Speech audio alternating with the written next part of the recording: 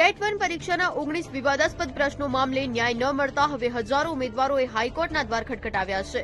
ગઈ 21મી ડિસેમ્બર 2025 લેવાયેલી ટેટ 1 પરીક્ષાના 19 પ્રશ્નોમાં ભૂલ હોવાનો ઉમેદવારોનો દાવો છે. ઘણા વિદ્યાર્થીઓ માત્ર 1 કે 2 માર્ક્સથી મેરિટમાંથી બહાર ફેંકાઈ ગયા છે.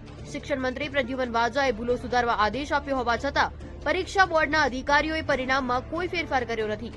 વિદ્યાર્થીઓનું કહેવું છે કે હિન્દી અને અંગ્રેજી માધ્યમમાં પ્રશ્નો સુધારાયા પણ ગુજરાતી માધ્યમના વિદ્યાર્થીઓને અન્યાય કરવામાં આવ્યો છે. બોર્ડના અક્કડ વલણને કારણે હવે પિટિશન નંબર 4878 મારફતે કોર્ટમાં લડત શરૂ કરવામાં આવી છે. ગુજરાતના વિદ્યાર્થીઓ છે જે ગુજરાતી મીડિયમના છે તેમને પણ ઘણો નુકસાન ગયો છે. અમે એવી આશા રાખીએ છીએ કે હજુ પણ સમય છે, હજુ પણ તમે ફાઇનલ આન્સર કીને રિવાઇઝ કરો, રિઝલ્ટને ફરીથી બનાવો અને જે ખરેખર ઉમેદવાર લાયક છે તેમને પાસ કરો અને એમને નોકરી આપો. ગુજરાતની અંદર હમણાં 12,000 જેટલી જગ્યાઓ ખાલી છે.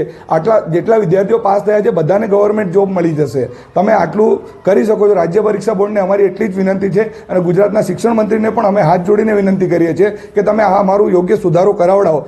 જો કોર્ટ વિદ્યાર્થીઓની તરફેણમાં ચુકાદો આપે તો 3 થી 4 હજાર વિદ્યાર્થીઓ મેરિટમાં આવી શકે છે. દિવ્ય ભાસ્કર માટે દાહોદથી મયુર રાઠોડનો રિપોર્ટ.